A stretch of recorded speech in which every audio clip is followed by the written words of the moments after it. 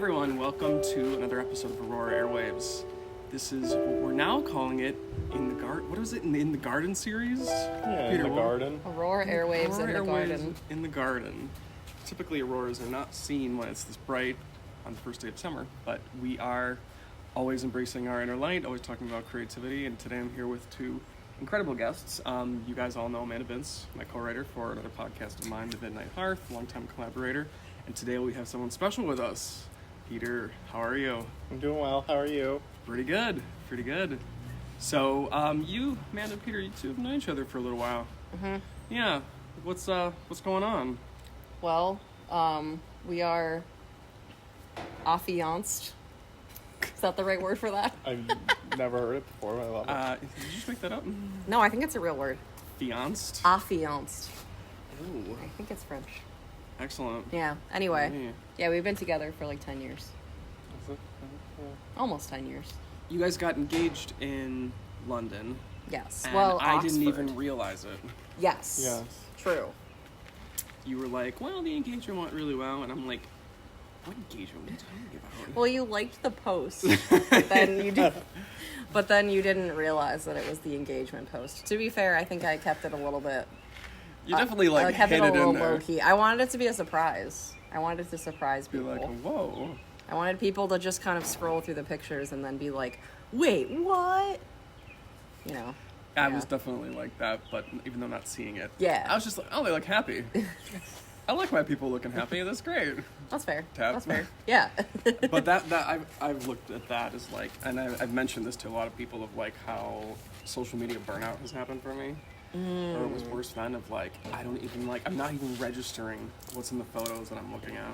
Yeah, that makes sense. I mean, I feel like it. I experienced that a lot too, where I don't think I see. I mean, I also think that social media doesn't actually show you a lot of the posts of what your friends are doing now. Like, you have to go into the following thing, or it's Yeah. just showing you a bunch of like other stuff that it's suggesting. Because I feel like I'm on Instagram quite a bit, and I feel like I'm always missing people's posts. I'll see them like days later. So It's the algorithm. yeah, the algorithm's making it harder to keep up with people, I think. Yeah.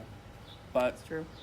congratulations for the two of you for getting engaged. Thank Well, you. Cheers. Thank you Oh. for being in the garden. Cheers. Cheers. This is just water, everybody.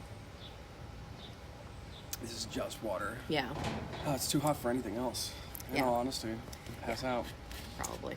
So it's great having you guys here. You guys arrived last night, and it's been super cool because we're now at like I'm getting in a more comfortable place with this podcast and exploring what these topics are and whatnot. And it's been great having Amanda on for 2 episodes. Mm-hmm. But I think it's really interesting as the more conversations that I've been having about creativity and well-being and whatnot, the more this is all evolving into not just how did you write your short story? Like, Mhm. that's fine and all, but like the whole big picture of like what's the context? How did you figure out how to like get to this point? When were you not able to get to this point?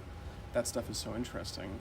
And one of the things that I think is interesting is that every time we have our Monday afternoon calls, Mm-hmm. I hear this guy in the background. And for years, there's always been this person nearby. Yeah. You're doing your creative thing in this room, and Peter's doing his thing in other rooms and whatnot. Mm-hmm. So, one thing that I really liked is that, Amanda, you shared maybe a couple weeks ago, and you can elaborate on this if you want to, but you had sort of shared that, sometimes you have insecurities about not being as productive as you want to be. Mm-hmm. Or sometimes you're like, man, thoughts that we all have of like, I haven't done enough, or I haven't gotten these things published, or I'm underproductive. Yeah. But you shared a quote something that Peter had said, which is like, you're very ambitious and you're doing so many things, and this is just, it's hard being a creative because you have to be patient with yourself. Yeah. But that quote just that one little line like resonated with me, that someone has been seeing you be creative. Yeah. And I think that's something that we all need. Like, we need people to see us being creative even when the projects aren't finished and they're not being put out there.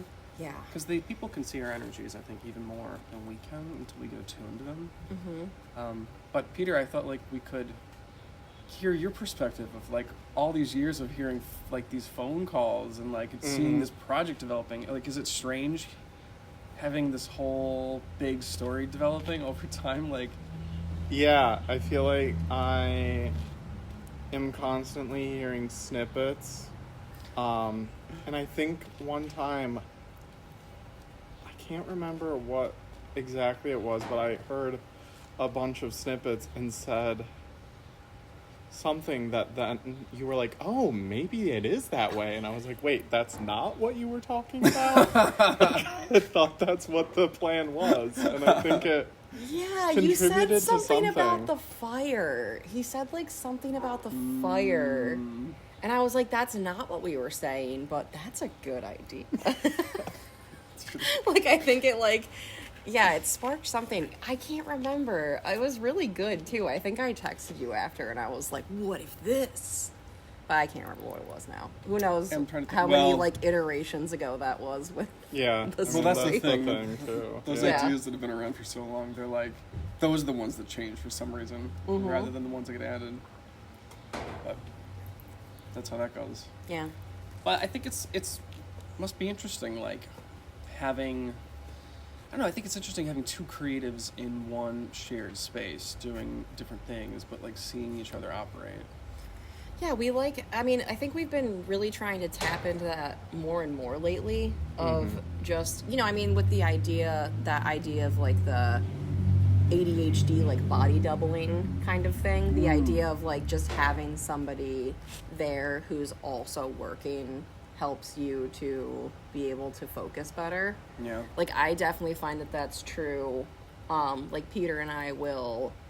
It's so much easier for me to set aside time to work on things if he's also working on things. Like, we'll set aside time and we'll go sit outside and we'll write, or he'll draw, and Cool. we'll, like, I'll write or work on whatever, and we'll be able to set aside like a whole afternoon for that or something, or in the evenings after work be like, oh, you know what, why don't we work on creative projects tonight? And it's helpful to both be doing it, because it can be tough for me when, like, because I think we recently were talking about this, that it's like this stuff is still work. Like, it's still, you have to sit, you have to focus, you have to like choose to be doing something that's a little bit difficult, rather than maybe just like, I don't know, sitting, hanging out, playing video games, like watching TV, whatever. Yeah. And so it was tough when, like, if you're doing something like fun and relaxing, for me to then be like, well, I'm gonna go shut myself up in my office though, while you're doing something fun and relaxing. I was going to say, with the ADHD, that would not be an easy task. Yeah, it's super not. And I would try to do it, and then I'd be like, but it's like, Peter sounds like he's having a lot of fun playing a video game. So it's like, I'd rather be down there playing a video game.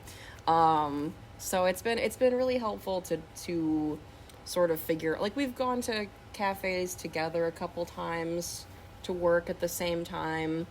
Going out on the back patio. Going out on the back patio, or just like working at the, around in the living room, working on stuff together. Not like working on stuff together, but working on our own separate things, but just being like in the same space and both of us focusing. And yeah, I found it to be really, it's very enjoyable. It's like a very enjoyable way to spend time, and like, It's also helpful on like an accountability level too, where yeah.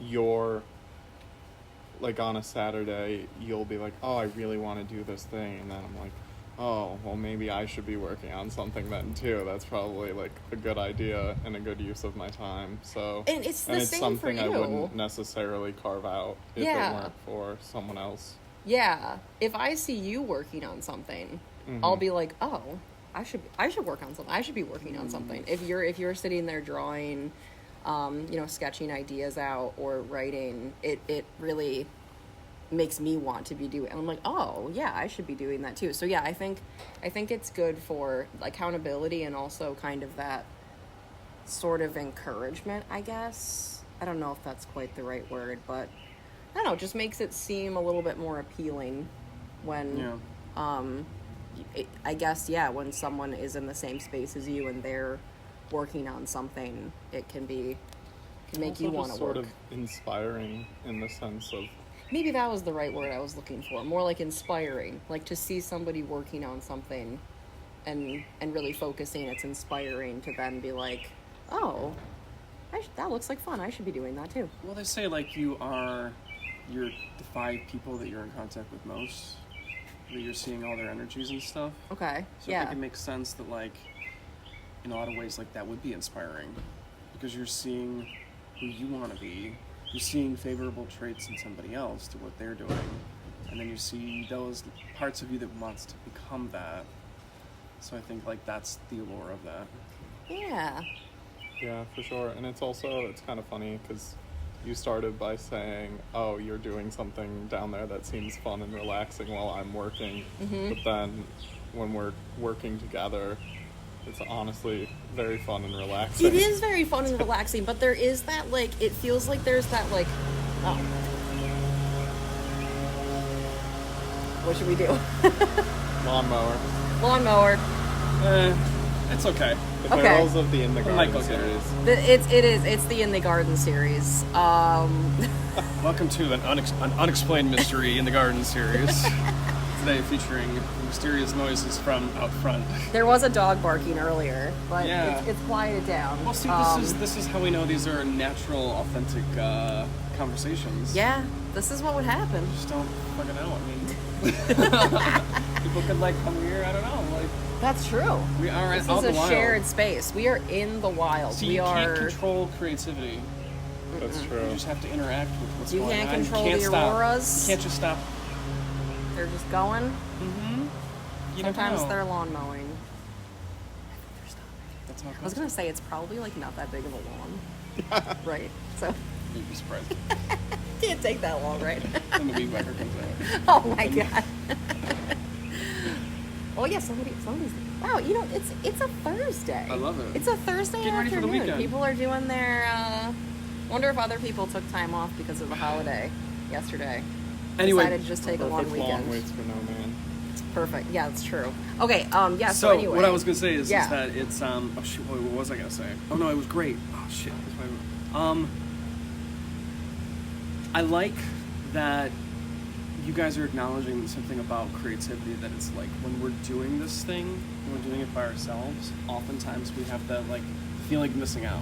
That there's other things happening in the world, and like, you know, I gotta be there and I gotta be seeing what's going on, and by being locked away in my creative little zone, Yeah. I'm missing out. And that really comes from I think it comes from like a self-worth place. Like, how do you view yourself, and how do you view your time, and how do you view your relationship with the thing that you're making? Yeah. But I think it's interesting that when you do tap in and you do find that way to get the flow going, if it does serve you, it really is joyous and fun and freeing. You're letting something go that you now get to actually experience. And that's something I've been realizing, that like I can hold on to my ideas for as long as I want, but I'm not really experiencing them until they're put out into the world in some form. Yeah. It's just, it is not the same experience, clearly, but it's also just a very, it's like the energy that I get to experience when it's out in the world is, I can't even imagine what that was going to be like when I'm just creating it. And I think that's cool to see, like, this transformation, you know, for both of you in that creative environment. And that's something that I think we need, I don't know, if we want to, it can be a really powerful activity. Yeah. Peter, what are you working on? So we're hinting at all these like sketches and drawings and stuff. I think we need some context about all Yeah. the creative things you do. So I have an art thing. It's We Are Friends, Yes. It's currently just street art is sort of the medium through which I'm expressing it. But it's drawing, it's coloring. I don't know. What do It's I like a say mixed about- media approach. Yeah, right? I've also There's some basically collage. the Collage, backstory yeah. of it is it started out. I have a friend who is big into the Philadelphia street art community, and was originally, he's now an artist himself, but at first he was sort of just documenting it, and Okay. How was he documenting it? photos of Okay. it, and so like, which is really cool because it's such the turnover, like a sticker could go up one day and be gone the next. So it was really cool that it's like a nice preservation. But I was like, oh, maybe I can trick him into posting my thing and like he won't even know it's mine. But the algorithm quickly sold me out. But like like he would find your stuff. Yeah, I was and then, hoping like, he'd find it and be like, like, in oh, real life check or on out this Instagram, new and then- artist. Like, who's this? He was But- hoping he'd see it in the streets, Yeah. and then like take a picture of it, post it to his Instagram, not knowing it was Peter. Yeah. But then Instagram, I think, was like to our 'Cause friend I think Christian. you and was I were like- the only followers. Yeah, and so I think it was like, do you want to follow this page? It's followed by like your friends. And so then it's like, I wonder. It only has 2 followers, and it's us. So I wonder who made it. So it was sort of started originally, like, drawing and art was something that it's just like, I'm not good at this, but I enjoy it. It was sort of started a bit as a pandemic hobby, honestly. But then that sort of became the style of it, and it was really just nice to be able to Wow. Oh my gosh! Wow, we got the teams up today. Oh boy. sort of just to be able to create without thinking too much about it and just putting it out. And so they started out pretty just quick and rough and ready, but also to tap into that childhood joy of just picking up something and coloring. Yeah, just Now- drawing a picture. yeah. Like, I feel like every kid, like, you know, we all drew pictures, like, as kids. And then you're told that you're actually not very good at drawing. So You stop. you stop. Mm-hmm. But everybody enjoys, it's like, it's just fun. You don't have to necessarily be, like, that's kind of like the whole ethos of the thing is Yeah. that, like, it's capturing that, like, childhood joy of just enjoying drawing a picture, enjoying just like coloring it in. Mm-hmm. Were you searching for that, or did that you stumble upon it and you found a way to embrace it? Yeah, I think it definitely started like as a joke, but then I was very much like, oh, this is actually really great. Like, I love just, it's so therapeutic to just color and to not worry too much about it, and to also Yeah. just let it be whatever it chooses to be. Like, I never have really a thing where I'm like, oh, I gotta put out this many drawings a week or whatever.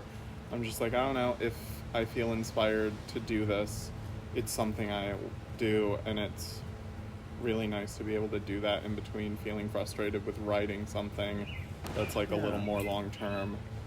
So you've Or- been writing quite a bit, it sounds like lately you've been doing some of the flash fiction or the writing competitions, haven't you? A little bit, yeah. Yeah, Yeah. you did the short story I did the short writing story. competition with me, and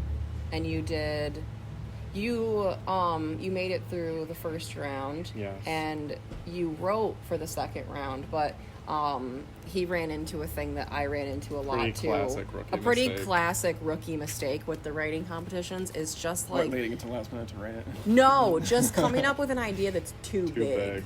Yeah. So like he came up with an idea that he was really excited about, but he had written like just the opening of it, and it was already too long. You know, like it was already like Been which there. I've done so many times for it. we like, all do, yeah. Yeah, I remember one It's a rite of one passage. competition where I was like, I think it has to be like 2,500 words that I had written this story, and it was like twice that. And you know, I really chopped it apart to make it so that I could still submit, but it wasn't good anymore once I'd chopped it apart because the story was just too big. And that was what I realized with yours was I was like, I mean, you could like chop this apart and submit something if you really wanted to submit.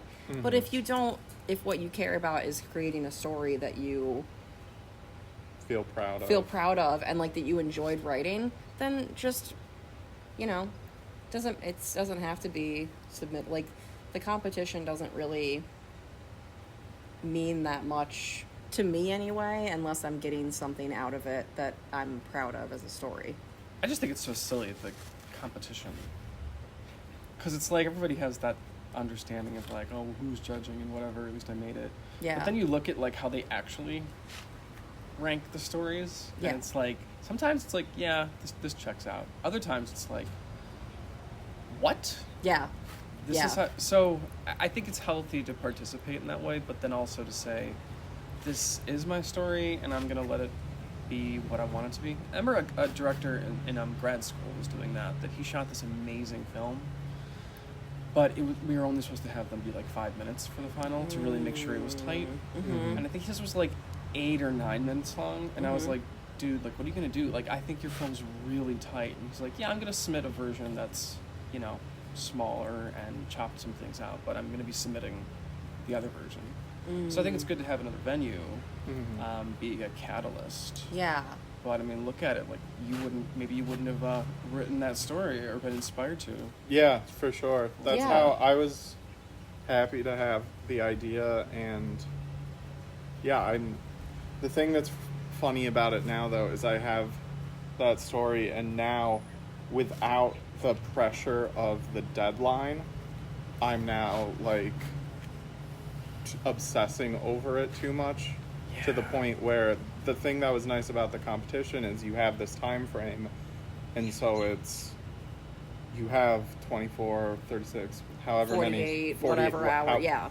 You have that deadline, so you're like, okay, well, I only have this long to work on it. So in my mind, I think I was like, well, if it's not good, you know, that's because there was this deadline, but now I'm struggling to complete it because I now have unlimited time for it to be, so there's not that built-in excuse, and that's been the new challenge to sort of work through, is to just push through that and find time to edit later and to build it up later. But I think that's what I enjoyed about the competition, is it does just force you to push through.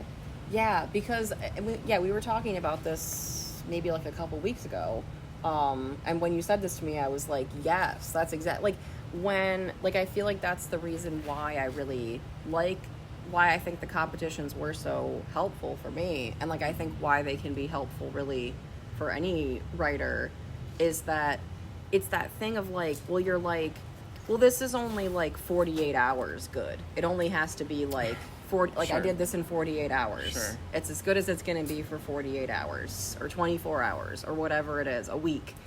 So then you kind of have that little built-in... A lot of ant friends. Oh yeah, there were some ants out on the sidewalk too. Oh, I They're didn't nice even... ants. They're garden. Yeah, they're not Aurora gonna. ants. They're not gonna. Oh yeah, They're there Aurora are little ants. ants. Hey, buddy. Hey, little friends. Think of trees. You two should be creative ant. Yeah, ant. What do you do? Bring the ant on. I'm just a worker ant.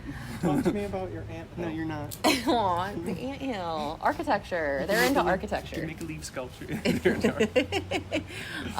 Yeah, I feel like once you don't have that deadline, that like that's making you sort of say like, well, it's only going to be, you know, however good it can be in that time period. Now all of a sudden you've got that like unlimited amount of time. Yeah. So now you feel like, well, I got to keep just working on it until it's perfect or whatever. Like it's got to be really good because now I have all the time in the world to work on it. And I feel like I was saying I felt that way about a lot of my stories or my book too, of that idea of like, well, there's no deadline, there's no time frame in which I have to get this done in, so let's just work on it forever. I mean, that's what Aunt Pilly says. Deadlines are your friends. Yeah. Yeah. They are. But I think what it is, like, through hearing all of this, it's giving me a new thought, which is deadlines are our friends when they're external, because we know the venue that the work is going to live on. So we know that through the writing competitions, it'll be submitted and then it's theirs and it stays there. And if they like it, it'll show up somewhere else, or it'll go on the forum and people can read it. And like, you know, it has a home, even if like 3 people total read it, it has someplace. But I think that when we're starting off, or just when we're being creative, we don't have a home for these things to live in. Yeah. So I feel like this endless perfectionism that we all experience comes from the fact that like we don't we don't know if these stories will ever, meet the light of day, and we don't know where to put them or what to do with them. And I think that's a lot of the shadow artist, of not knowing how to connect with the world. Like, we could hop on like your phone right now and go on Reddit and find a million different subreddits to like post all of our stories on, and in 20 minutes I bet we could each post it 20 times. But there is something, I think, about the blocked artist that says, oh, well, we find other excuses or other reasons to validate our lack of self-worth when it comes to our creativity. Yeah. But it goes back to that coloring. Like, when we were kids, like, we colored and we drew. And I think we wrote stories and just we because wrote it was stories. fun. Yeah. Yeah. And it's like, isn't that the reason we did it? Yeah. Because it was Or fun. to give to someone. Yes. I want to make this thing, give it to my art teacher, or I want to do this and give this to my parent, or whatever. Yeah, that's true too. I know I loved my art, but it was typically something I gave other people. Interesting, yeah. I don't know if I necessarily hung up my art in my room. I had like Pokemon posters and fun things that I loved, but I think my art was like to be hung up in the house, or in mom's office, or in dad's studio. Yeah. Things like that. Yeah. So I think it's natural for us to, as adults, not know what to do with our stories, and then we don't know where to put them. That's And so then we don't funny finish them. that you say that too, because Other that than just Google Docs, just kind sitting of there forever. made me realize, like, I'm like, yeah, I guess, like, when with the literary magazines, when you get published in one of those, especially one of the small ones, it really is kind of just like your mom put your work up on the refrigerator or whatever, but like your mom is an editor at the literary magazine. I love how they respond to, like, some of them that have sent you those emails. They've been so nice. Yeah. And it makes me think that, like, maybe we need just to be seen. But I think what I've been reflecting on is, like, how can I see myself in what I'm doing, and have that, like, inner conversation of, like, I'm putting my thing on the fridge. Yeah. Or, like, I'm keeping this on the desk so I can look at it every morning, or things like that. Yeah. I mean, I think we talked about in maybe my first episode on the podcast that I keep, like, all the print magazines that I've had right next to my chair where I write. And I've kind of collected everything, all this stuff that I've written over time that I got from my mom when I visited last, like little projects and like my high school literary magazine and all this stuff. And I've just sort of, put it in this cute little magazine holder rack thing. And then it's all there. And it just feels like a nice thing to see the things that you've created, like actually be able to see the things you've created, like you said, rather than it just sitting in a Google Doc. Like, that doesn't feel like buried it's away. anywhere. Yeah, just buried in your files. I think, like, the Google Doc is the equivalent of, like, being something locked away in the unconscious. Like, it's pushed away, you're pushing it away, you're logging off, the light of the screen is going away, and it's just gets buried, and then years go by, and it's like, oh my gosh. I was reflecting on a story that I was writing in 2014 last night. Okay. And I was like, oh man, I could do something with this. This would be great. And then it's in the Google Doc. You know what I mean? Yeah. It's buried out there. But I guess it is nice that you can then, I think I have a lot of those kinds of, docs too. Like, it's more, for me, it's like Microsoft Word, because I use that more than Google Docs. I just like, I don't know, I like Microsoft Word, so I pay for it. It's like, I get why people wouldn't want to, but it's, I like it, and Microsoft Word is like taking yourself to a prison and locking yourself in it. Being like, oh, I like the special food. I like it. Hole. I think it has more and better features than Google Docs. But I think I'm also just very used to it. I've been working in Microsoft Word, my whole life. That's what I was writing in when I wrote Wolf Warrior. I wrote it in Microsoft Word with word art, So I don't know. Microsoft Word just feels like the right place to write. But I have all, like, the Word documents, like, just in random folders, like, all these half-started stories from forever ago. And, I mean, you're right, they do just kind of go sit there to just to be ignored. But then every once Literally. in a while, Consciously. you're kind of like, oh, well, what about that thing that I saved and never finished? Like, maybe now is the time for that. Yeah, you can change it.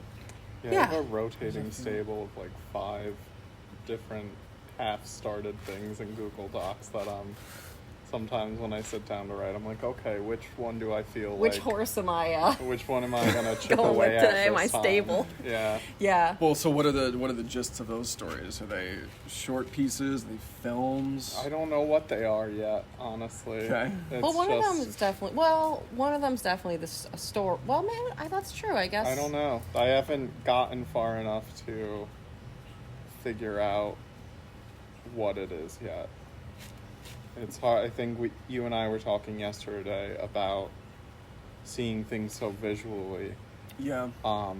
So then some of them I'm like, well, maybe this is a movie because I see it visually. Yeah. So maybe it's a script, but right now I'm writing it as a story until something clicks and I decide, but I think I'm not far enough along yet to make that call. That makes sense. Yeah. But That makes maybe I sense. also, but then I worry that maybe I do need to make that decision earlier on. So then it's a, Yeah. which one do you do first? I think you can always, once you have that story written, you can always convert it Yeah. into the other form. Like, I mean, we've talked about that a lot with the project that we're working on, where right now we're writing it as a script, but before that we were writing it as more of a book.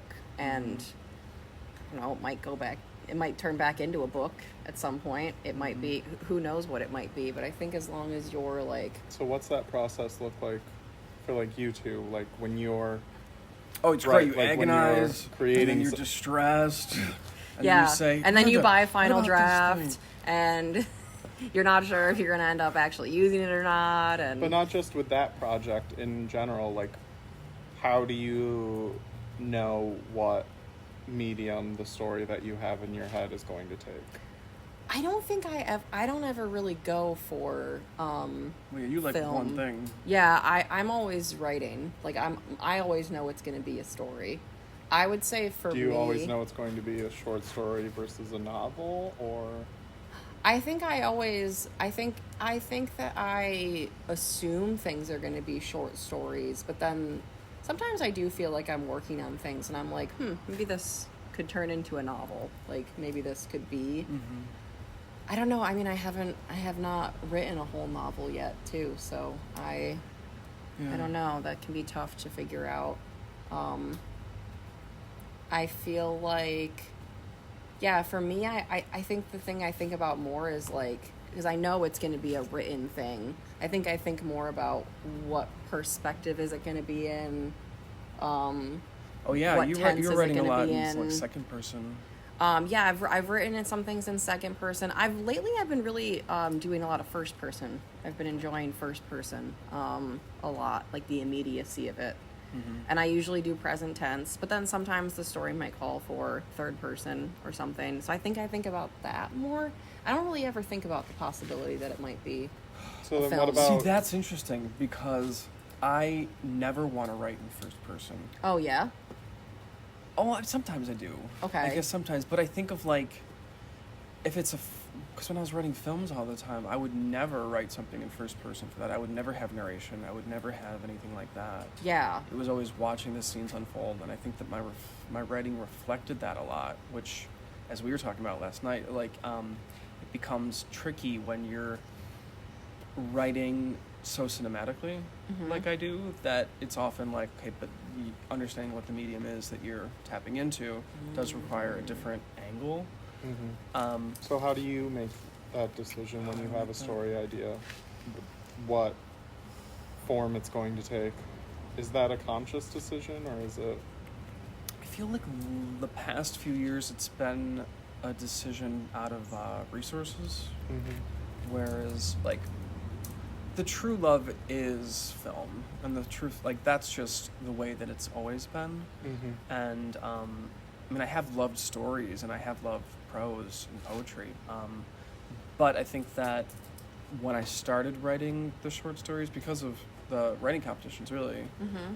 That got me focused on writing and not worrying about the screen. But then I was like, I have this itch.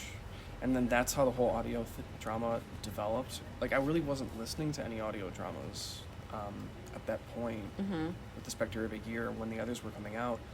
I just knew that, like, there was just this part of me that was like, I gotta do something else with this. Like, I wanna hear, like, I'm writing dialogue. Yeah. I've never not had dialogue I've written not spoken out loud. So that's when I made, like, the call to Keith Gallucci, and I was like, yo, dude, like, want to team up and figure out how to do this? Then it was like, oh, well, it can't just be this, it's got to be music. We got to get that in, and then some sounds. So I think that the project, it didn't feel complete enough for me, my satisfaction, to not have it be immersive in that way. Mm-hmm. And I think that the more of this that I do, the more I find, like, that you can... I used to think that you couldn't really describe things in too much detail with an audio drama. Mm-hmm. But I've now realized, like, you can. It just has to be directed in the right way. If it's, like, boring like most audiobooks, like, that's never the direction I'm going to go. Because I just, like, fall asleep at audiobooks. But if it's, like, told and it's dramatized and it's, like, the person's guiding us along, for me, that's cool. Yeah. But I also think that as much as it's been a wonderful experience of learning how to tell stories from the ground up, actually writing them and not just hiring a screenwriter, I do feel that itch of, like, that visual medium all the time. Like, I want The Hearth to be its own, like, Netflix or Amazon series. And, like, this new internship I'm doing, it's based off of a short story that I could see as a children's book. And I've been working for the past 2 years to whittle it down so it could be a film. And I finally wrote it as a script. And that's what the students are working with. And it's just so funny that, like, there is so much of the blocked artist in me that is like, oh, I don't need to write scripts anymore. Oh, I don't want... And then I do it, and it's like riding a bike, you know? You just hop on it, and it's like, yeah, and this is how I see things visually, and I can, like... It's so satisfying when it's like, I have the dialogue that was working in prose, and you put it in a script, and then you just start chopping it. You have one visual moment, and I guess you could do that in, you know, prose as well. Yeah. But it is so satisfying to have, like, two characters look at each other and just the way that they do in the right conditions. Yeah. And it says all this stuff. So I guess to recap all that, it's been, the past few years have just been a period of discovery and learning how to, like, do art in different ways. And now I'm at this point of, like, a big coalition of ideas and processes and whatnot to really marry them all. So I think that's, but it's an inner dialogue, right? Of, like, what is satisfying? Like, what do I desire to do? And I think that's been a big part of my life of, like, I've done a lot of things that I said I desired, but I didn't actually. Interesting. So Yeah. a lot of, like, the, you know, just writing, like, trying, like, you want to write first person, like, trying it out is so healthy. Or just taking up some, like, crayons and colored pencils in different mediums, like, I think that's so healthy. Yeah.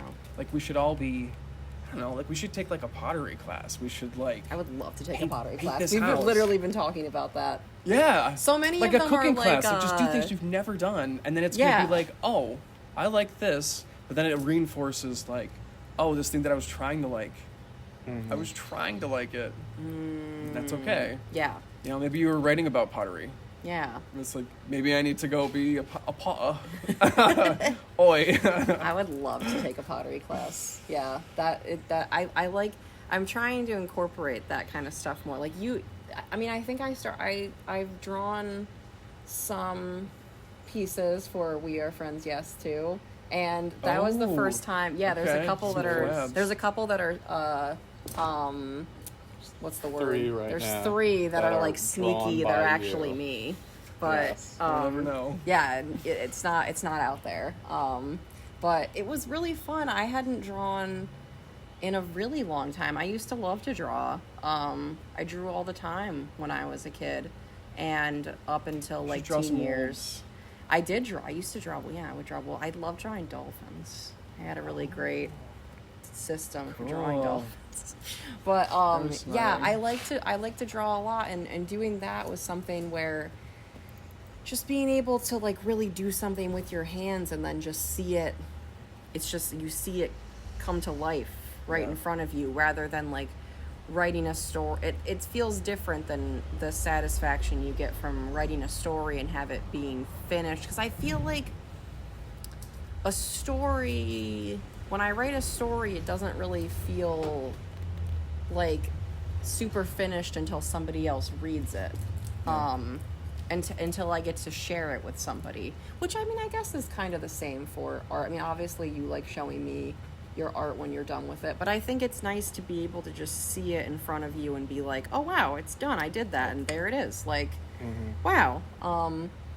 And I've been trying to pick up more of those kinds of like do it with your hands type things. Like embroidery has been fun in that way too, to like Sure. finish embroidering something and be like, wow, look, there it is, A flower. a flower, I did it. I also think part of it too is part of the ethos with the creation of We Are Friends, yes, originally too. It was like not thinking about it too much, like letting there be, like not worrying about it being perfect. And I think when you're in a, which is something that's become a little harder as I've gone along, and I think I've improved because now I think I do hold myself to a different standard than I did before, and that can get in the way. So I think that is why sometimes trying a different medium of expression can be so freeing and reinvigorating, because there's no expectation that you have for yourself. Yeah. And I think Right. it's those, it can be very, I think that is why you probably enjoyed the drawing, and why sometimes writing can be a little more frustrating and not as Yeah. immediately rewarding, because you now have an expectation with that writing. You have Yeah. those ideas of what it should be, Yeah. and those can sometimes suck the enjoyment out of it. Yeah, I think that's true. I think when you're trying a new thing, you at least you shouldn't probably expect it. You shouldn't expect it to be perfect the first time you try it. And I think I always expect it to be, you know, I do want it to be good. You know, I Yeah. have like high expectations for whatever thing that I would try probably, but I do think it's like, it's freeing though to try something new and be like, yeah, I don't expect this to be perfect because I'm trying it for the first time. So yeah, I think that it does really free you up to try new things and just see how it develops and evolves and everything. Well, Peter, I think that's something that's interesting is that you were putting out a lot of different art, and the I don't know, the desire for it to be seen, but also the ability to have it experienced by other people, and then like you were able to get that kickback right away, allowed you to try new things, to find the different mediums that you were interested in pursuing with it. Yeah. Part of me thinks that these different stories, because I want to circle back to that part of the chat, that I think that maybe something that would get unblocked for you would be sharing these stories with a few people that you consider like in your safe space, and seeing like, you know, what might this be best presented in, but then you'd have to be careful of like not absorbing just the, oh, this would like me saying, oh, this would make a great film, this would be that, and then Amanda's like, oh, this would make a great book, and then you talk to the Potter guy and he's like, oh wow, Right. this would make a great vase. Right, yeah, right, yeah, that's true. Yeah, everyone's gonna see it in their art form. I think that's what it is you're trying to find what's your Yeah.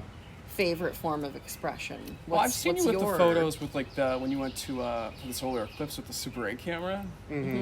Part of me wonders if and you have such like knowledge of film, and you have the Criterion collection. Part of me thinks that like maybe there's something about your perspective that is leaning toward film. It is And for the- I sure. think so, I too. mean, not to get too ahead of myself, but with the Oh, that's exactly what we do. Amanda, have I ever gotten ahead of myself? Never. Not once. Never. I always. Not once. That never happens. But I do, to that point, that sort of has been seemingly what the evolution of We Are Friends, yes, is moving toward is an interest more in animation with it. You need to go to the animation school. I know. You can be my next intern. Yeah, I was saying you yeah, should right. talk to your interns. I think that has Yeah. been something that has been shifting, is marrying the story with Yeah. the visuals a lot more, and that's been interesting. Yeah. Their ideas, we'll see what happens. I think with you them. got some great ideas. I'm excited. And you've got resources, you know. Jordan obviously as people who work in animation. My brothers both work and one does animation for fun, the other one does it for work. But Here's the thing, though. I think that, like, that keeps it, like, 1 degree away. Mm-hmm. Right? Oh, I know someone who does that. When Yeah. I'm ready. But my thought is, like, what if you use the current medium that you have and you start siphoning ideas from these stories into it, and you create with just like, if this is cool, I'll post it or whatever. Mm-hmm. But maybe you need to paint these scenes out. Yeah. Maybe you need to draw these characters and allow yourself to have the ability to just screw around and just see what happens. My one worry has been that the one idea is a comic book, and I'm like, that seems like a lot of work, though. yeah, but that'd be fun. Could be fun, Yeah, a comic book would be really fun. but That'd be great. I mean, That'd be definitely awesome. a lot of work. Comic books are definitely a lot of work. it's just I'm always so blown away by But like you how do they figure out the steps. angles Yeah. and like the splits and the pages and like all of that stuff. Like I think it's Yeah. so cool. Yeah. I Just don't been- think that way, so it's so like impressive. just been doing a lot of creative tourism, I guess, and just I trying think to that's see good. That's great. Yeah. what my favorite place is. Yeah, there you go. Well, you're dabbling. Yeah. It's awesome. I love it. So you definitely got to check out that comics Gutter Pop. Yeah. Yeah, maybe something there some synchronicity will appear. Ooh, And you'll be yeah. like, oh, this is the style. This is something. Yeah, I think that's fantastic.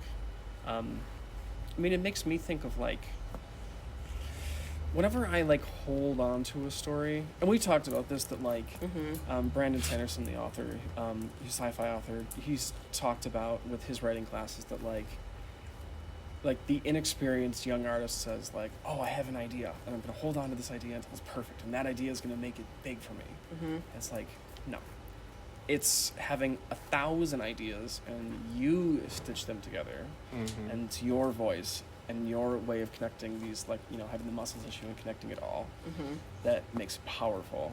Yeah. So I know that for myself, when I hold on to ideas and I say it has to be this form or it has to be this thing, then it's like my ability to, like, when I get excited about a story, like, again, getting ahead of myself, like, the world opens up. And I'm like, Yeah. oh my gosh, all these things. And that's a lot of fun. But if I don't have the muscle to keep up with it, then it just burns me out. Right. But if it's like, I don't know, like if I'm losing interest, or I'm getting, like, not losing interest, but if I'm getting so honed in on like what something has to be, then it's like that expansive, like, world enriching energy just kind of shrinks down, and it's like my head is going down and it's Yeah. becoming smaller. So I think, like, I was telling Amanda that, like, my book, like, I'm gonna let a lot of it go and allow it to sort of become its own thing, become anew, you know, Yeah. 10, 12 years of being so focused on one thing and saying, you know what, like, let's let this transform into something else. And, Yeah. you know, I don't know, like, I haven't been on the other side of that yet, but it feels freeing, Yeah, that's good. you know? That's good. It's going to change things up a little bit, which will be nice. Yeah, I think that's really, like, I think what you said, that Brandon Sanderson quote too, like, that's kind of what I've been realizing too with the books that I'm working on, is that I think I said this to you the other night, where I think I was like, with my main, like, novel idea that I've been working on, that I want to write for NaNoWriMo this year, is this idea is that I realized Can you that I quickly was tell like, people what NaNoWriMo is? oh, sure. Yeah. So NaNoWriMo is National Novel Writing Month, and it is November. and it is like sort of, I don't really know how it started. I've known about it for like maybe a couple decades or something. I don't know how old It's it like is, but like a Tumblr. it's like a very online demon thing. child. Yeah, and it's like you write a 50,000 word novel in a month, and I think you need to write like 2,500 words a day or something like that in order to do it. Just like And so it's just a sort of like kind of a a lot. marathon like thing. Everybody like you sign up, and that's like 10 pages a day. I think it is. Yeah, it's a Yeah. lot. Yeah, it's like it's pretty intense. I think it's like I do think I'm excited about it. I've never done it before. I've always thought about doing it. And with my experience with the writing challenges and writing competitions, I think that kind of energy really gets me. Yeah. Having like kind of an assignment bridge. and something like gets me moving. Yeah. Oh yeah. But yeah, I kind of realized, one, that I think my story idea, like what you were saying, like that the young artist sort of like, holds on to the idea and thinks the idea is what's going to be what makes it. And I think I was like, with my story, I was like, well, this has to be like the best story of this kind ever written. It has to be the most interesting. It has to be the coolest. It has to be the most unexpected. It has to be like, all of these things, because otherwise, how is it going to catapult me to success or whatever? And then it's just really what you realize. It's like it's about you. Like it's because you're writing it. Yeah. It's going to be your story, and that's cool because you're the only you that exists, and it's going to be interesting. It's going to be unique in the ways that like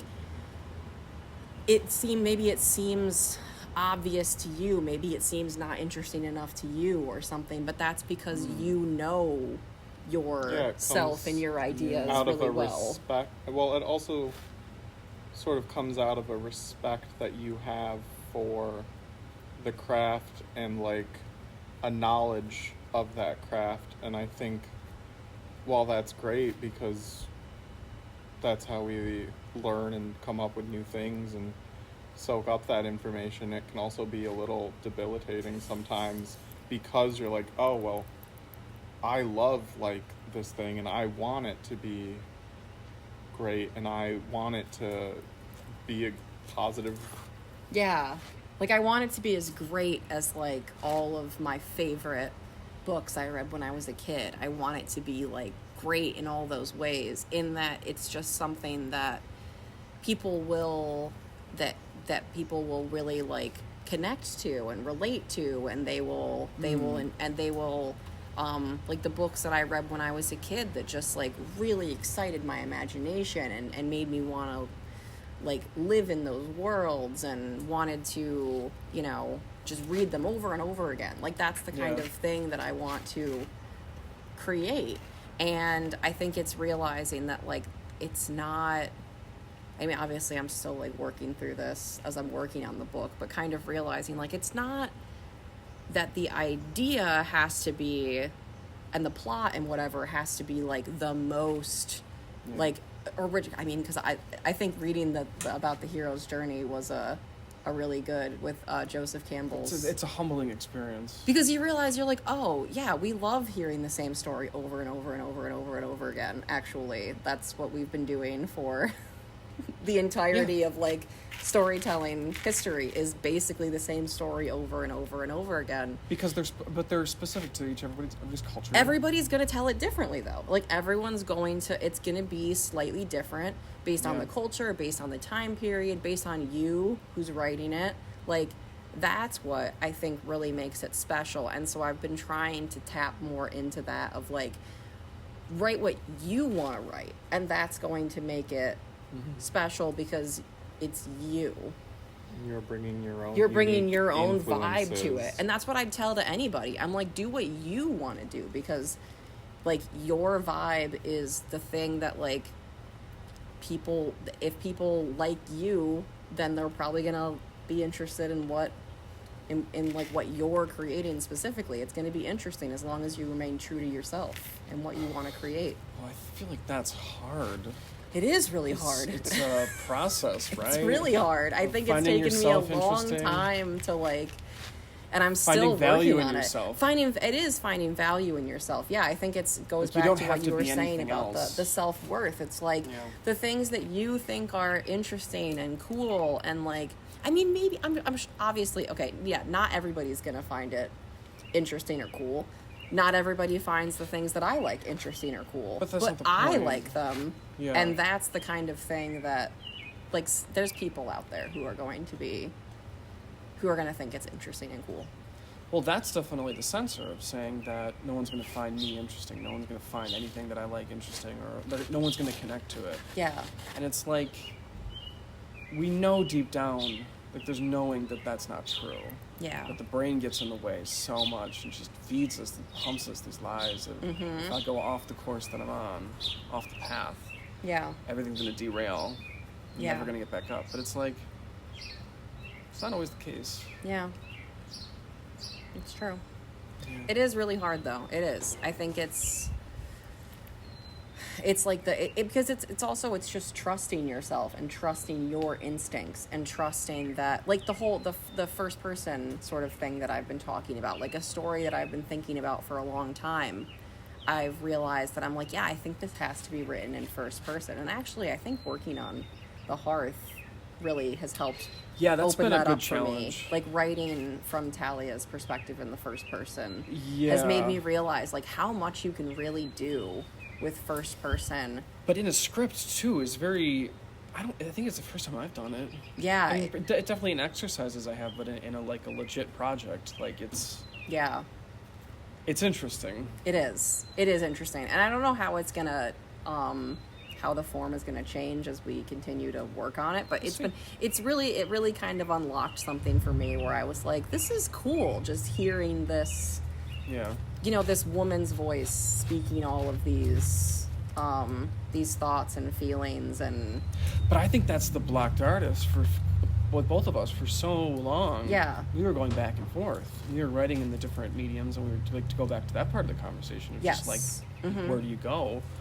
I mean, I firmly believe that there was so much fear in that decision-making process because it was like, okay, well, we know fiction, but like, want to try this thing out, but then what does that involve? Okay, that involves actors, that involves more things, and then the fear is the scarcity mindset of like, oh, I'm not going to have to get enough people, it's going to cost too much, and then it's like, well, if I spend this money, who's actually going to listen to it? Is it worth the investment? And it's like, these are not the thoughts to think.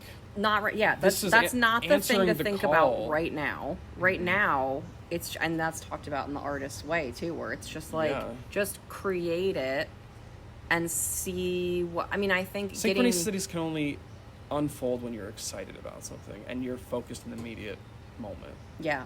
So it's like if you're focused on the fears and the horizon, you're never going to be in the moment with that project. Yeah. And then that's never going to happen, and this is never going to happen, and you're just going to collapse. Yeah. Which we did. Yeah. Which we did. But then I think once we were... I mean, frustration is a good motivator at times, and I think that once we were like, we just have to pick something and stick with it. Yeah. What I liked about it was that we still are flexible to it, but we know that the story needs to be told. Yes. It doesn't matter what medium it's in yet. Yes. Exactly. And if that works, great. Like, we'll find a way to make it the best that we can with what we have. And I think that shows our development. Yeah. And our trust in... Because, I mean, I feel a lot more self-trust with writing this story than I did a couple years ago. I do too. And I feel like, just picking something and then having it be like, okay, well, this medium anyway is what's going to get you to this finish line. And then once you have that finished story, like I kind of said earlier, like I feel like you can, once you actually have that finished story, you can convert it, like you can change it, Yeah. you can, but you just really have to actually finish it and see what it's looking like and what shape it's taking. Because maybe as we continue to work on it, we'll realize, oh, obviously it should be this because of the shape it's taking as we continue to work on it. But Maybe it needs to be just artwork. I don't know. maybe it needs to be a comic book. Graphic novel. Instagram AI. Yes. Oh, definitely. Remember all the werewolves dancing? Yeah. Oh, I love those Oh, werewolves it's dancing. so weird. AI tries so hard to make things look right. Yeah. And it so miserably fails. It tries. It tries. It's good job, AI. You tried. It tried. But it's another good example of just like needing visuals too. Yeah. Actually, some of them were really good. Yeah. Like with Talia at the tavern. Yeah. Those Yeah. were like, oh, it's her. I Yeah. see something different in her. Yeah, that really, That's that cool. really seems to, that the visuals definitely seem to be a very integral part of it for you, of the creative process. Oh yeah. I think, like, less so for me, and I think when I remember to tap into the visuals, it does help, because there's something about, like, whenever I'm realizing I need to describe something really well, I'm like, well, just look up some, like, pictures of that, and then combine them all together, and Yeah, you yeah, know, yeah. and then add your own, spin to it or whatever, and now you've got something. But I don't go to it right away. It's kind of a little bit of an afterthought for me. Maybe that's Those an exercise visuals. of play, of letting you start to build habits to allow yourself to get there faster. Yeah. Maybe that's a part of like a block of you, that maybe, I don't know, maybe deep Yeah. down that if you do look at the visuals, it's going to be the catalyst that moves you forward faster. And are you mean, ready to move maybe. faster? I don't know. I feel like the thing is that, like, I don't think that they help me as much. Like, I think I can see it all Yeah. in my head. And I'm usually just writing down what I see in my head. That's So isn't And that often, still visual? Or I guess isn't that maybe it very- is. Yeah, maybe it's still visual. Are you I don't seeing know. it in your head, or do you feel like I see certain it in my emotions head. and you want to write them down and this is the environment for it? Or you see the landscape and you see the setting? Yeah, I see it And in then my you head. fill it in with the other Basically, stuff? how it works when I'm writing is I know what it's gonna be, and then I just have to write it down. Oh, okay. Like I can see it, I can picture it, and then I'm just writing down what I picture. See, maybe that's it, because I have a very tough time of seeing the stuff in my head. Yeah, maybe that's the I difference. can feel it. Like, I know the Yeah. feeling, and that feeling can transform, but I know the feeling, and then, like, if I'm embodying it enough to want to actually put it on paper, then it all, like, fills in. Well, I know everybody's brains work differently with that. There's like all those things about like what different people can you picture things in your head, or can you not? Like, do you think in words? Do you think in pictures? Do you think in whatever? Like, that's just I think in, like, color. yeah. Yeah. Whenever it was made a film, it was always, like, what's the color of the film first? Yeah, Like, as ever, I saw the colors, that's neat. and then and then the film- story or the Yeah. okay. Interesting. Colors, and then I just sort of saw like what didn't fit with that and what did, and then like a time period kind of fell into place, and then the tone, and then once the tone was there, I could understand the pacing with my own like of like slow films and stuff, and then Interesting. that just sort of developed into a script, and then it was over time trying to find out how the script matched that, and then it was finding enough like visual examples to be able to express that to people so that they could embody it. Yeah. But that's how it, like, week 6 was like a dark foresty green, like my couch, Yeah. as ever was like a beigeish tannish cream colored. That is the colors. my book Those are is- the is colors that violet. that I remember from the films. Yeah. Right? And that's cool that Interesting. like No, that is they- interesting, because I feel like I think book's I would violet. probably do the colors I don't know. See, I feel like filmmaking is such a thing to me that's so like it's like astonishing to me, because sometimes I'm just like, how did you even think to like shoot that from that angle, or like how did you even think Right. to like do that edit, or like that's just not how I That's not think. how you see stories. No. Or just it's a different experience of like you've never driven stick before. Yeah. How would you even like do it? Yeah. Like, that kind of thing. I mean, I think it's not maybe intuitive, but- if I I think it's probably just also a lack of like experience. Like maybe if I started tried filming myself, I I would think so. start to Well, yeah. realize think things that about is- what I like. And that's why screenwriters should be shooting movies, even if they're just going to be writers. They need to know. I could always tell. Yeah. I could always tell who was a screenwriter, who wasn't shooting movies. Okay. And, like, even in school. And, Yeah. and who was. Because they would just write the most ridiculous things that didn't actually feel like they were translating to movie talk. Right. At all. Yeah. That makes sense. What were you going to say, Peter?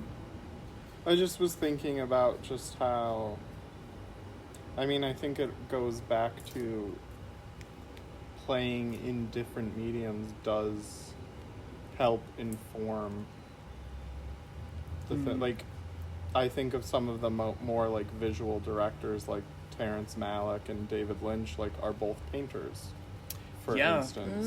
And Lynch like, doesn't really watch many movies. Yeah, but you can like tell that they're painters by the way that they're how visual their films are, and I think that helps to inform and I think in the same way, like, I think it probably is just a lack of knowledge in or playing around with film, because if you're talking about what you said with writing, I see it in my head and I just write it down. Yeah. That's, if you're filming, You would like, see it in you your would head see and then it you in your just head film and it. you just film what you saw. Yeah. Yeah, you're Like, looking for those shots. Like, you like wouldn't Yeah. know what angle to shoot it from, because that's just how you saw it in your head. There was a movie we watched recently where I was like, That's wow, interesting. this is really Yeah. this directing is really telling the story, and it felt like that was the first time when I was like, oh yeah, this is probably how I would film this, but I can't remember which movie we were watching. Is it Starman? We were talking about the POVs Maybe. in Oh, Starman. okay. I can't. Yeah. Oh, yeah. I think it maybe was. I really liked the way that John Carpenter was filming. It felt very like he was telling a story with the directing. He does do a lot of. It the felt POV very. It felt shots. very from the perspective of the characters telling the story, which I think is His probably films how always I feel like would that. do. I Very think that's how close I would to do the that. protagonist. Very Yeah, I like mean, we're there for them, but they lend us the voyeur of what their world is, Yeah. which just is unsettling. Yeah. yeah, because he does the same sorts of POV shots in Halloween that he does in Oh, I haven't Starman, seen but Halloween. in Okay. Yeah. Halloween you're taking on the perspective of Michael Myers. Yeah, you would love Halloween. So, Okay. Okay. like, that leads to this. It's still Ugh. POV, but it's such a different Interesting. use of it. But he's Yeah. using it more for dread, but it still puts you right there. Yeah. Oh, that's neat. Yeah. It's something I find so, I find it so impressive and so, like, a little bit, what's the word? Like, it just feels a little bit out of reach. Like, a little bit like, I'm like, wow, how did they do that? Like, how did they Well, think of that? Like, And the other, I think it is just you haven't done it, because I think yeah. like I think that way sometimes when someone, like, for costume design, for instance, like, someone will point it out and I'll be like, oh wow, that's so cool, I never would have thought of that. And I'm like, no, I probably, like, if it was my job to be, If I was thinking about the costume costumes all the designer, time, probably then- I I've been would. thinking about costumes for 10 years. Yeah. like, if And you that would just was a come off some medium that I boring worked stuff. in, then I would think about Yeah, that's those true. things That's and true, yeah. how I can use that talent to, Yeah. like, build on this. Yeah. And that's what I think with a lot of creative things that I have pursued is it's scary at first and you are like, how do you do that? How Yeah. does anyone think that way? But then, and it's not easy to start, but I think it then, I don't know, Yeah, I also think, I guess part of me thinks too, like, with films that there must be, like, a right way to do it. Like, and then realizing that, But like, didn't no, you you think can that literally way just about do a it novel whatever. Yeah, or I mean, a yeah. short story before? There's, like, that quote from, I think is it Roxane Gay, maybe, who says that this is your novel and only you know how to write it, is, I think Yeah, you just gotta perhaps do it it. was. Yeah, it's just There's no building you're going to be permits you doing have to it get. your way. So if I was filming something, I'd be doing it my way. And any which mistakes maybe you make are just your style. right, exactly. That's what I'm like. Oh Well, yeah, you would I guess also I like could make just a do lot it of my shorts. own way. But you would make short films leading up to that, so you'd be developing. Yeah. I think that's the thing. If it's a visual medium and you don't have a visual vocabulary yet, well, you don't know your ABCs. Yeah. Once yeah. you do, then you start saying, okay, we don't need these, we need these. This is great, and then intuition kicks in, and then it's see Also- how it fits in. Yeah. Also kind of relates back to what you were saying earlier of if you just do like this one thing and hope that is what catches on and gets you like discovered or whatever, like that's not putting in the steps and the work to then be sustainable in that. And I think Yeah. in anything, any creative pursuit, it's putting in that time, it's figuring, it's trial and error, and that, and Oh. all of that stuff. It's like that Thomas Edison thing of 99 ways to not do it. To not make a light bulb. Yeah. I discovered 99 ways not to make a light bulb or whatever. But it You is know, that and- work yeah. that helps Yeah. build. I think it's like, I mean, they say creativity is a muscle, right? Like, Sure, it's yeah. putting in the work to Yeah. build it. Yeah. It's thinking, exploring, and then that rewires your brain in some ways. And I think Literally. those, like any, like I do think I've become better at writing because of drawing. Like I think it has helped. Yeah. And I think I've also like, when I think about drawing as well, I think about writing and I think about like, oh, what is there a story in this piece? Yeah. Like it's just a flat one scene thing, but is there something? Yeah. Yeah. I also think you don't want to. That's, I think, why it's also good to try out all the different mediums 'Cause and it not keeps limit you yourself. Excited. It for keeps you things. excited, and two, I feel like you hear so many stories of people who like they started out doing one type of art, and then they but now you know them, like they started out as like a ballet dancer, but actually you know them as an incredible filmmaker or something. You know, like I feel like there's so many stories of that, of like maybe you don't even know what your medium's gonna be until you try everything. You could be the greatest oboe player. Yeah. And we'll How are never your- know it. How are your oboe skills? Well, Never played oboe in my life. So double reed, man. So I'm the best oboe player in the world. You can never disprove You're it. a blocked oboe player. You can Oboist. never disprove Oboist. it. Also, I'm the greatest potter who ever lived. Wow. Isn't it cool Wow. having a kiln in your own house? That'd be so nice. I would love that. We should take a pottery class. Love it. Yeah. Love it. Well, you two need to do that, and then Yeah. you'll have to report back Okay. on how that, the We'll perspective show that off our lended. sad bowls. Yeah. Show off your bowls or vases. Yeah. This bowl is not great for We soup. could do hand pinching too. We could just Yeah, I'll get just clay make a and like mash hand tray. pinch stuff. Yeah, yeah. Put it in the oven. Yeah, sure. Probably won't be food safe, but that's okay. You can just make little creatures. That's what I worry about, like buying these things on like Etsy. I'm like, Oh. what are the safety checks? Yeah, for is this these actually things? food safe? Is this gonna like blow up in the microwave? Yeah, like what's seeping into my tea? We don't know. No You don't governing know. body. I like governing bodies with safety standards. Yeah, It's that is nice. important. We do like regulation. Regulation Yes. is good. Safety It is is necessary good. evil. Well, anyway, thank you guys so much for being a part of this conversation. I learned a lot, and I think it's just great being able to just gas bag about creativity. It Thanks is. for inviting us into the garden. Yes. Yeah, welcome. Thank you for naming the garden series. Of course. I need to get like plants on the table next time. Yeah. Ooh, yeah. That would be very nice. Pretty great. Yeah. I know, I was like, this back here is such a beautiful... We've been staring at it, but... It looks like a movie set, doesn't it? Yeah, it's The viewers beautiful. can't see it, but it's Yeah, you should turn the camera around so That viewers can thistle? see it. Yeah, that's a thistle. Thistle. And then there's those look like hostas back there, and then that's some kind of a lily. Oh, those are The pokeberries. poor viewers. Well, viewers, one day you'll be invited to the garden series and you'll be able to check this out yourself. Yes. But for now, thanks for listening and thanks for being here. Thanks, guys. Thank you for having us. No problem.